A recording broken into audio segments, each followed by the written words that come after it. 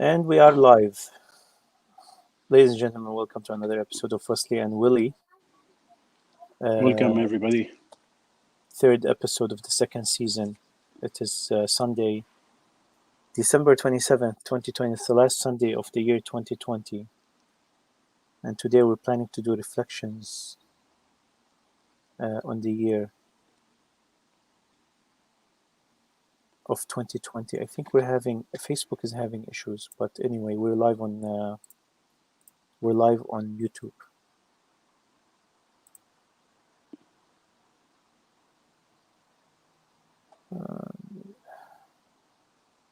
Yeah, we are live on YouTube. Let me see if we are actually live on Facebook.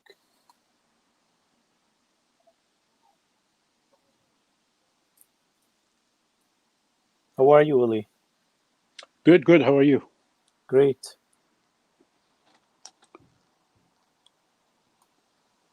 Yeah, it's not broadcasting on YouTube, on Facebook. Not Anyway, broadcasting? on Facebook, it seems that Facebook has an issue with the connection, but we are live on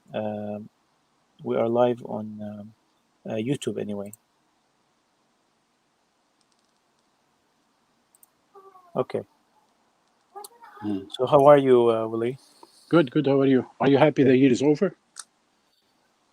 Happy year. It's just time that passes by. I don't feel that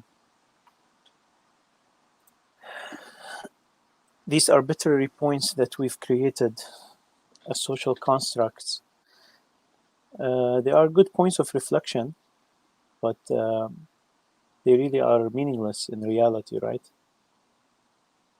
Yeah. However, this year will stand out always as a very different year throughout the foreseen history. I think many things happen, especially the COVID-19, and I'm happy it's over. Even though I think 2020 got all the hits, and the COVID started on 2019, not in 2020. So. Right. Yeah, so 2020 didn't initiate the COVID, 2019 did. But other things happened. We can reflect on some of them, if you wish. Sure.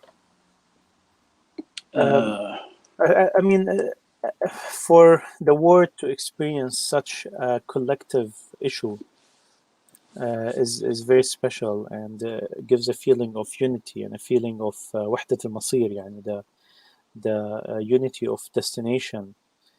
So this is something that doesn't happen often.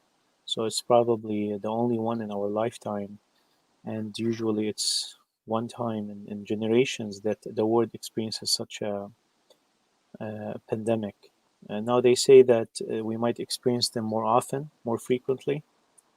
I hope not. And if so, I think we are also getting so much advanced in creating vaccinations and treatments. But the virus is also on the battleground with us. I mean, it evolved to a third variant. It mutated 2 times already. So it seems like it's going to be a long battle that's not going to be resolved in the near future, I think.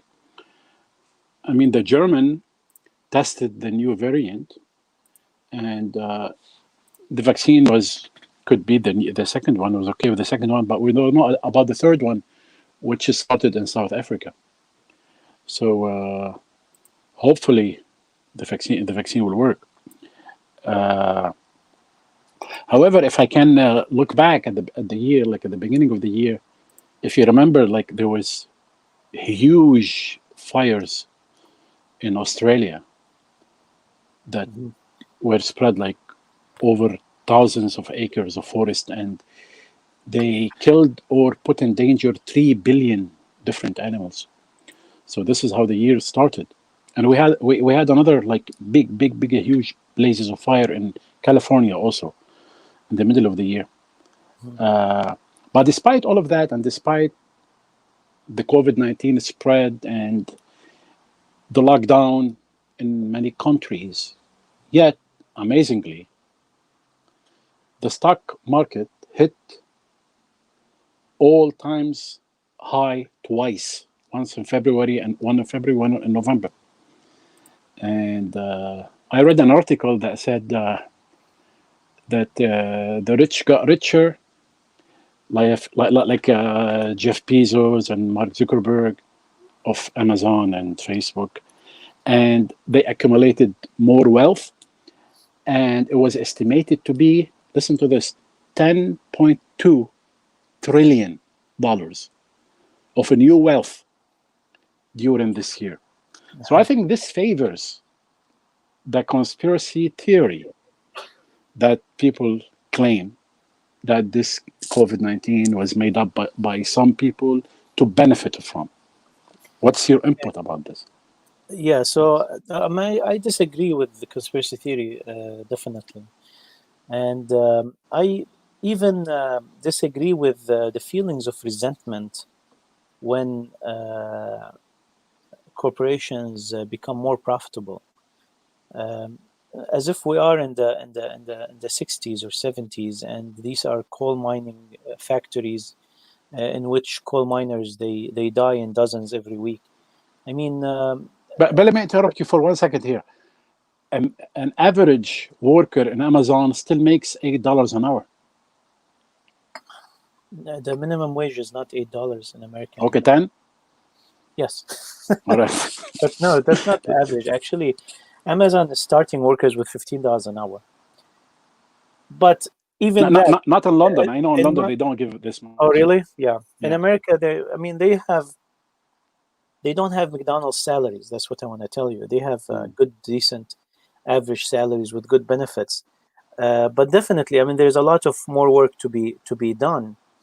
But we don't want to also end up with Ford and what happened to Ford, GM, and Chrysler to the point, these increases continued until, the assembly line worker was making $36, $37 and costing the company over $100 because of all the benefits and the union fees and everything.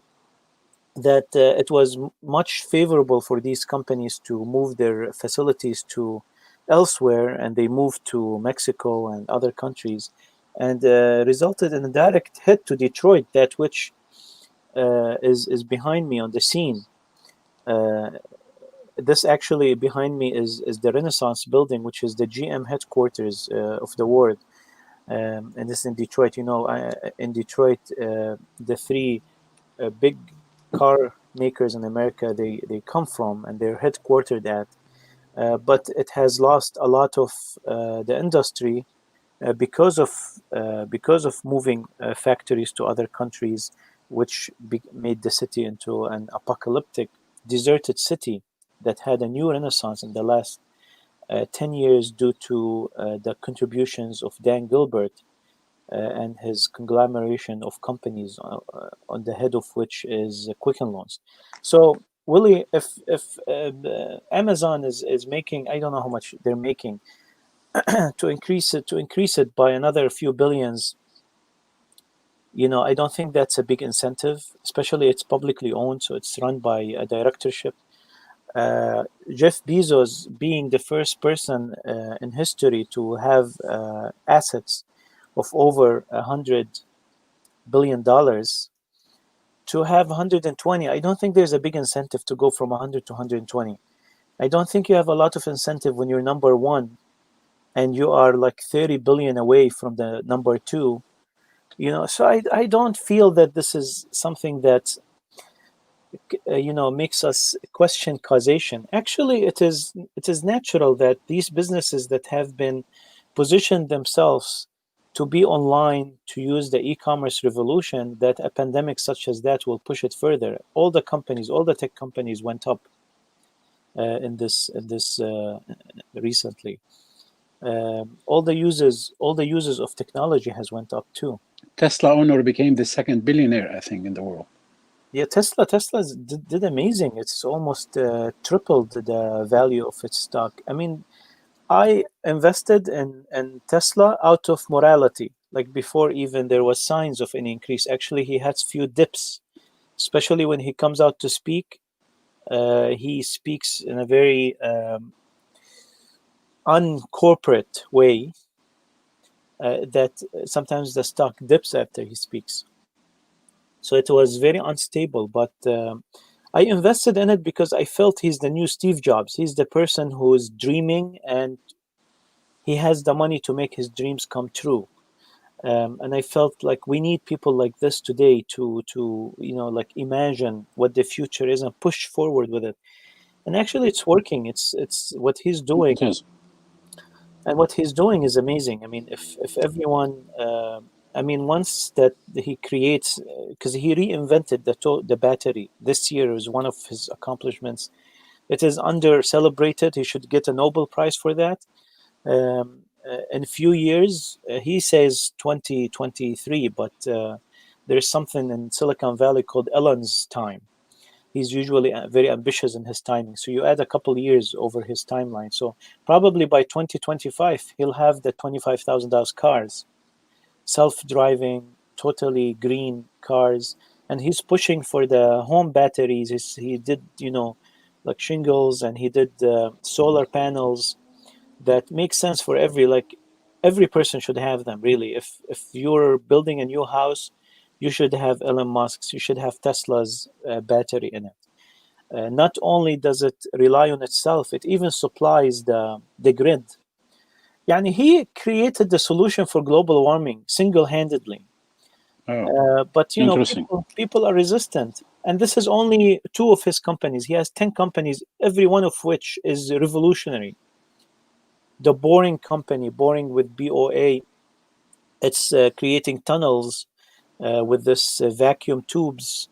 He's already doing one in Las Vegas. He has the rocket company. The rocket, he invented a way for the rocket to re-land, because that's 80% of the cost is the rocket being thrown away. So he invented a rocket that re-lands on Earth after it takes the head to the space, etc. You can check his. I'm a big fan, so I'm not going to talk a lot, about him. But I feel that there is a resentment that these people became richer. Or these people, first of all, don't have like cash in the bank. That's not how their assets work. It's stock market, and this companies are owned by the public anyway. And yes, they get richer, but they also have a lot of philanthropy. And I mean, this is Yes. how America works. This is how And capitalism works. many companies also, not everybody got richer. Many companies went downward. Like for instance, Hertz, JCPenney filed for Chapter 11 bankruptcy, so it wasn't good for everybody, of course. Should we move to another topic? Yeah, actually, I have an idea. I have the New York Times 2020 in photos. What do you think of going through them and commenting, Willie? Because How many photos? I don't know. I haven't pre-seen it.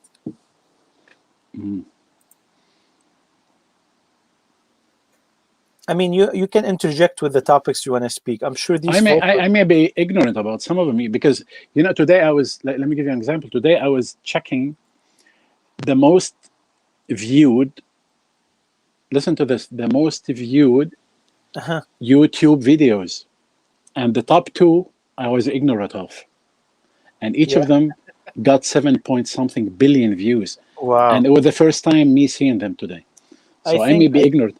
I think I'll experience the same thing like you if I watch the top. It's a different world that we don't even exist in. Yes. Yeah. So let's just check it out. Okay, maybe it will work with us. Can you see the screen, Willie? Yeah. You can make it large if you want. You can make it It's okay. I can maximize. see it. Yeah. Okay, this was in January in New York. Have you ever experienced New Year's in New York? Yeah, once. But I stayed home. I didn't go to see the ball downtown. I didn't do that. It was too hectic, too crowded. Hong Kong, January 1. After weeks of relative calm, pro-democracy protesters took to the streets, resuming mass demonstrations that had begun the previous year.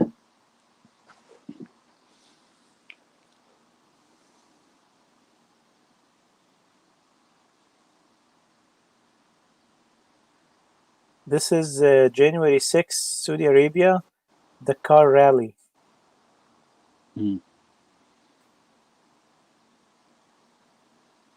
Venezuela.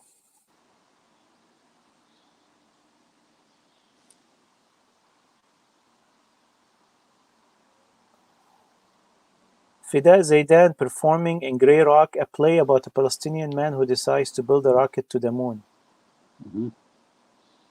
Okay, this is what you talked about, Australia's wildfires. Right.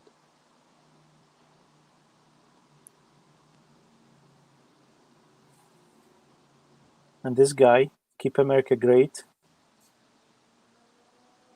he was trials for charges of obstruction of Congress and abuse of power, and he was acquitted. And the impeachment. Super The third Bowl. ever president to be impeached. Yep. Super Bowl nobody cares about. In this room. Benghazi. Libya. Look at Libya, man. It's looking a lot like The forgotten war. like Halab.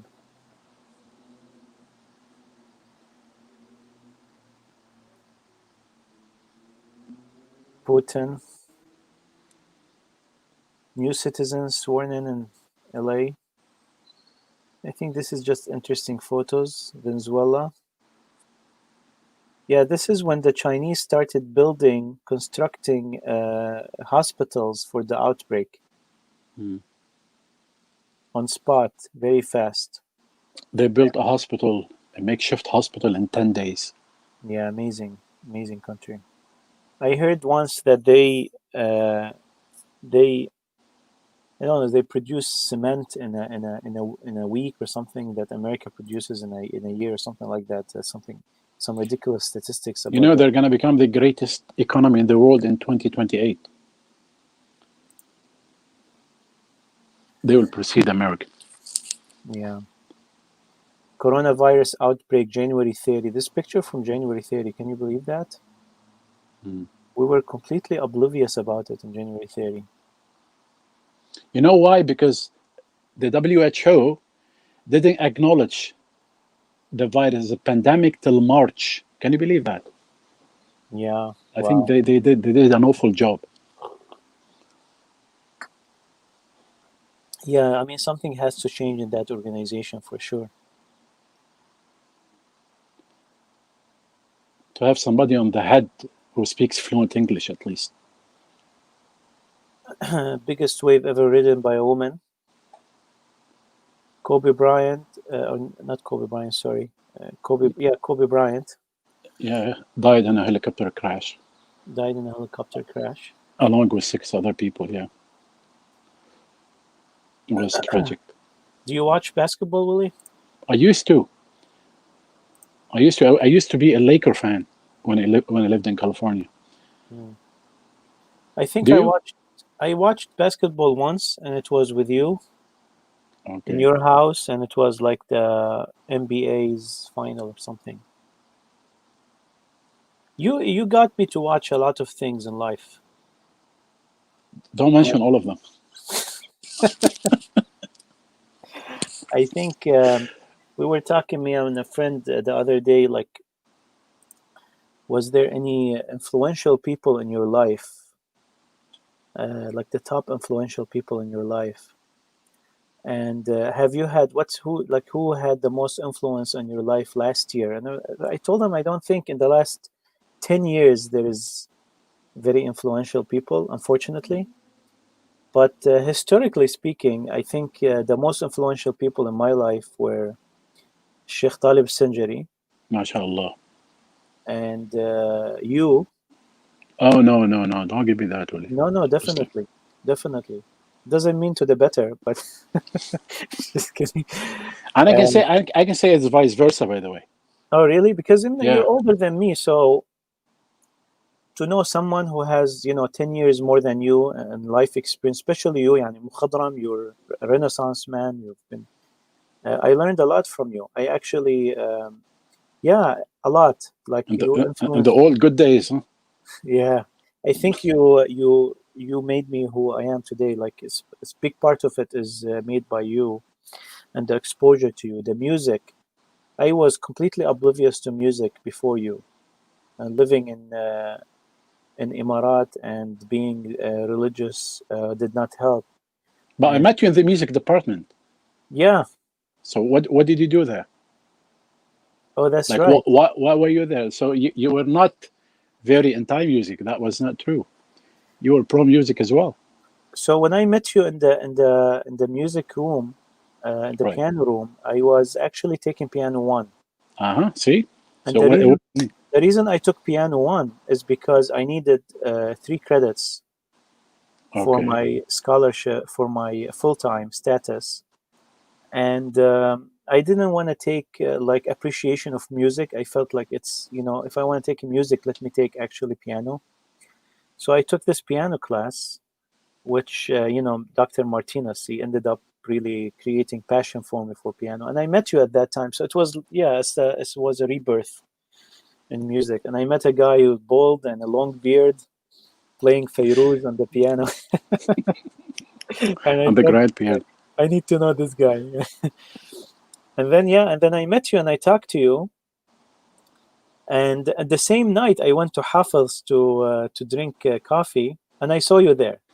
You also made friends with Hafiz, so it was a coincidence that I In met another you. class, yes, in history. Yeah, and it was an amazing few years after that. But I remember you told me a lot about your piano teacher. He did leave an impact on you as well, didn't he? That Yeah, I piano mean, teacher. he was totally different from anything I took before. He was so Or after. passionate. He was, yeah, and he actually saw something in me. He believed in me. Mm. He saw something. I was playing Jingle Bells. I mean, it's piano one, and he would look at me like this while I'm playing Jingle Bells. He says, "Wissam, you have a touch." And So, he's a concert virtuoso player. yeah, and a big jazz player. And he would go beyond, like he would see my fingers and like my Wow. heart behind it. And I yeah, like people like that who appreciate everything, appreciate little things. yeah, he made me believe in it, Yes. and he pushed me, and he said, "Take piano two." And then when the piano two wasn't offered, he gave me a few pieces to practice, and he told me, "I'll make you skip piano two if you play them and go piano three." And that's what happened. And then he was fired because he used, I don't know. I heard rumors that he used to do drugs, and Uh, I mean, smoke marijuana, but it was the 90s. okay. It was a taboo back then. Yeah. And the pandemic hit. This Mass is in graves. this is in China. And Bernie was on the rise. Bernie was a big hope for us, but he's gone. And I say from a foreign policy perspective more than from an economic perspective. Kenya battled its worst desert locust outbreak in 70 years.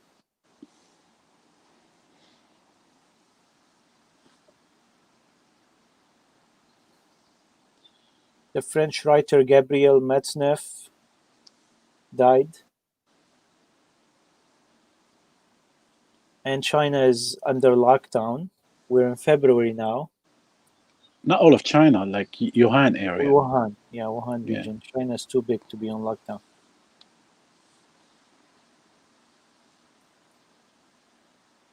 This is in Italy, right? Yep, March 15 in Italy. It's the second place the pandemic hit. Taliban They borders. they signed a peace accord with America They signed a after peace accord. Yep. after decades of war. Um, Yeah, I remember this picture. Yeah, me too. Amazing, amazing. This was in Brazil, São Paulo. Amazing life. Look at this. London. Mm. Munich. New York. New York. Marsh Theory. New Jersey. Scarsdale, New York. Containment area. The shopping frenzy. Willie. They ran out of Yes, people were toilet hoarding paper. on everything, especially toilet paper, for a reason I still don't know why. Place de la Concorde in France. This is where they cut off the head of Marie Antoinette. New York.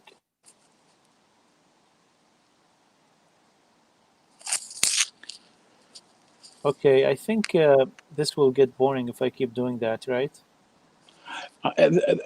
And there was something that was skipped anyway. In January, Qasem Soleimani was hit along with Al Muhandis by a drone. Was it in Uh, January? Wow, that's yeah, yeah, almost a year now.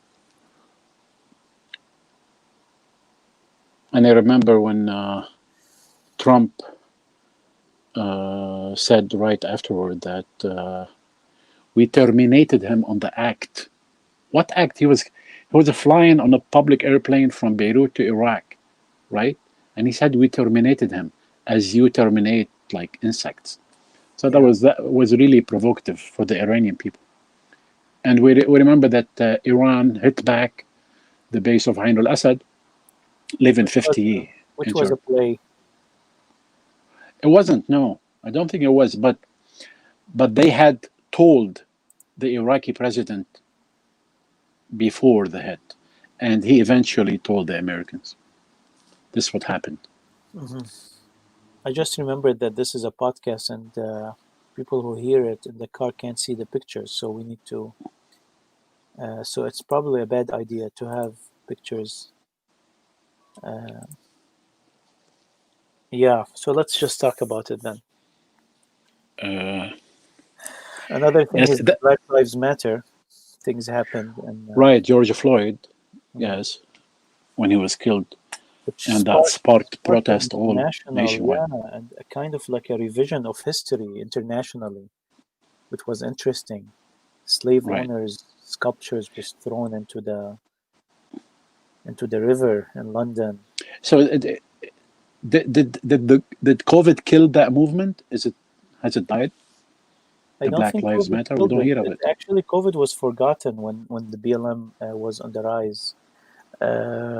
But I think it's done its job. It's run its course, and it took us to a new level of intolerance of any really racism or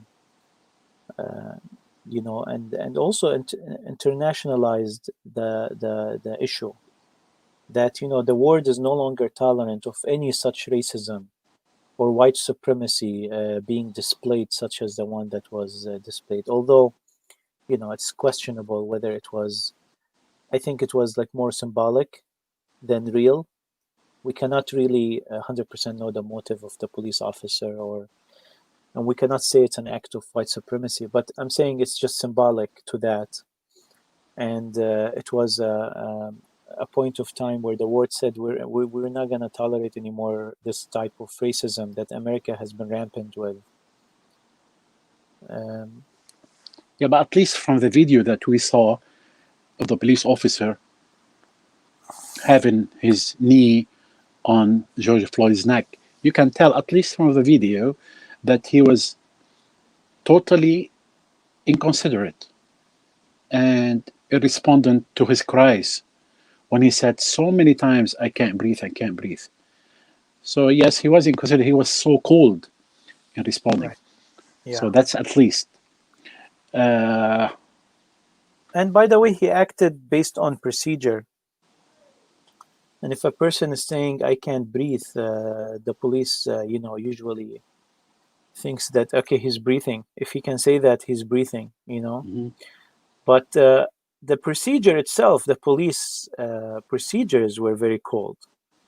And there was a time to, and it's a police state. And you remember me and you, we talked a long time ago about the prison state in America. It's just a horrible situation. You have a medieval prison situation in a first world country that's completely ignored. And the rate of incarceration in the United States is ridiculous.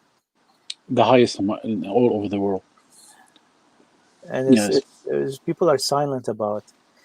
And to tell you the truth, there is so much things to fight. We have to prioritize. Like, I feel like I'll never have a chance to fight this in my life because I'm busy with other things, other fights that I have to take on. But I wonder, like, organizations, I feel I have a lot of resentment for organizations like ACLU and organizations that have a very large budget, but then they do like 25 or 100 lawsuits at the end of the year. I feel like organizations like this should have like 100 lawsuits every day. And, I just feel that there are a lot more work to be done. But lawsuits in America are very costly. And why do you think they have a big budget? Because they raised $24 million in the first week of or the first month of the BLM situation, for example. So they raise a lot of money. But all of it through donations, right? Donations, yeah. I mean, if it comes to me, I want to have like a millage that goes to organizations such as ACLU. I mean, the departments in the governments, they do have like a civil rights department, but it's internal at the end of the day. They're hired and fired by the same boss. So you have to have like an independent organization, and it should be supplied by the government. Human rights organizations should be funded by governments to be sued by them. That's the right thing to be done. It's like having a personal life coach. It's like having an accountability buddy. Governments needs to do that. ACLU should not have a problem with budget. It should be part of the taxes. Funded by the government, you mean? Yes. But I mean, we talk نغني خارج السرب, we are talking in a different country. So we live even though like the ACLU takes many cases that affect Arabs, I don't think Arabs are the big contributors to it, right? No, but I've seen a lot of Arab members of it. We are kind of active. Arab Americans are kind of active in ACLU. I mean, they're. But what matters is money. That, Wesley. Contributions. This is what matters. What Trump was able to get 200 million only after he lost the election. 200 millions towards his lawsuits against Biden. 200 millions in contributions and private donations. Yeah. It seems hatred is a bigger motive than love in some cases. We cannot talk about this here without talking about Lebanon. What happened in Lebanon? Oh my God! It seems that my memory blocked it. Incredible! Yeah. It can only happen to the Lebanese people. Yes. No people can take this. Yes. Especially that now, after some of the investigations surfaced, now they're saying that many politicians knew about this ticking time bomb in the port, the ammonium nitrate. They knew about it, yet they didn't do nothing about it. And of course, that's due to negligence and corruption. And if they hadn't known anything about it, it would have been easier. But knowing about it and not reacting makes it very, very bad. makes it worse. And that, along with COVID, along with the protest that started in October, left the country on a brink of collapse, I would say. Yeah. Some people say we are on a free fall. And the loss of the currency, about 80% of the currency lost its value toward the dollars, and that really affected the middle class. I don't think we have like a middle class now anymore, and the social fabric, I think, is collapsing, and I anticipate, if there is no like immediate cure, I anticipate very, very like bad like consequences to take care also, like to take place. uh, and I think, at the beginning of the protest, we all were with it, and then, when I think, from my personal view, when the protests were used by different agendas for different causes, I think this is when they lost the support from like everybody in Lebanon. And but basically, at the beginning of the protest, everybody was talking about like getting rid of the political class, which was the reason for everything. Because the political class, which ruled the country for the last 30 or 40 years,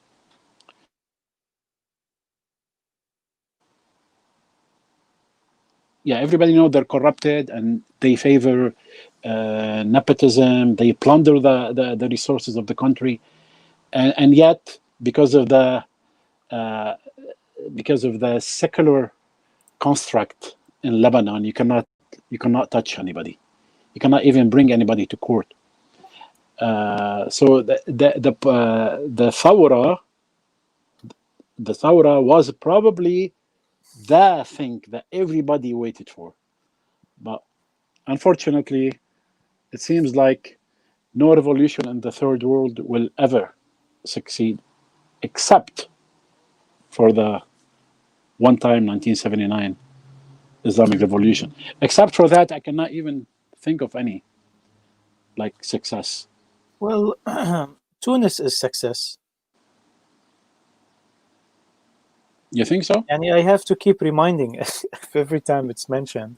I Is it? have to keep reminding that the Arab But Spring but they're still was struggling. successful in It's not Tunis. it's not done yet. Well, they had they installed democracy, and they kind of struggled with it a little bit because the Muslim Yeah. Brotherhood Uh, they won a big number of seats. They struggled with it for 10 years, but now it's self-adjusted. And the Muslim Brotherhood, they have good amount of seats, and the president is beloved by the people, and there's democracy, and they're fighting corruption, and things seem to be. I can't see it more ideal than this as far as democracy is going. Tunis right. is a good example. Tunis should be the capital of Arab revolutionary thought right now. And Tunis should be, opening the doors in front of Arab immigration of, thinkers, and because it's a freed state. It's a freed state from the post-colonial era. It's struggling economically. It's still under a big French influence, but and there's other factions in the Arab world that try to influence it.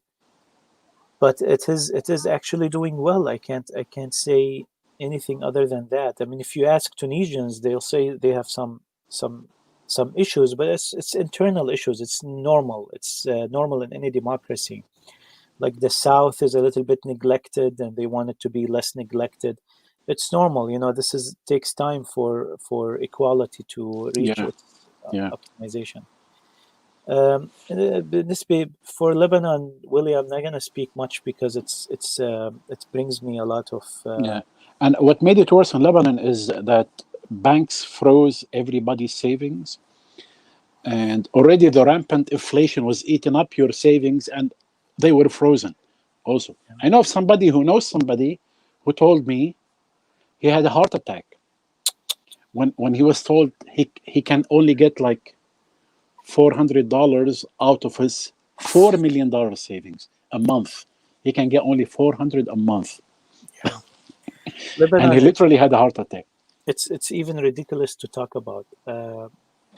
It's more like a guinea pig. It's more like an experiment of human patience or the rate of adaptation.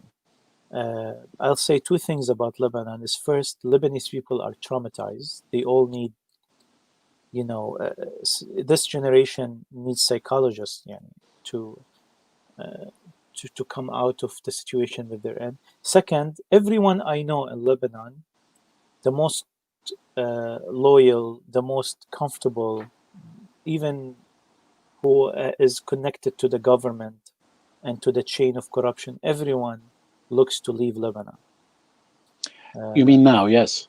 yeah, it has become unbearable, and I don't know anyone who's working over there who doesn't look for an opportunity outside if it comes to them. Yeah, because now the average salary is like $150. This is the average salary. So yes, Yeah, everybody is looking to leave. You're right. I think in terms of change, I mean, elections are coming up. When are the elections? The 20, parliamentary 2022, 2022. So it's just the beginning of it. the people who want change, they need to organize, and this seems to be the point where it fails. How to organize, and I don't know what's happened to us that we do not know how to organize and unite under one flag. There is over 200 groups, Faction. Yeah. factions, and you know how easy it is in Lebanon to politicize or to buy, one group or create pseudo groups that represent external powers.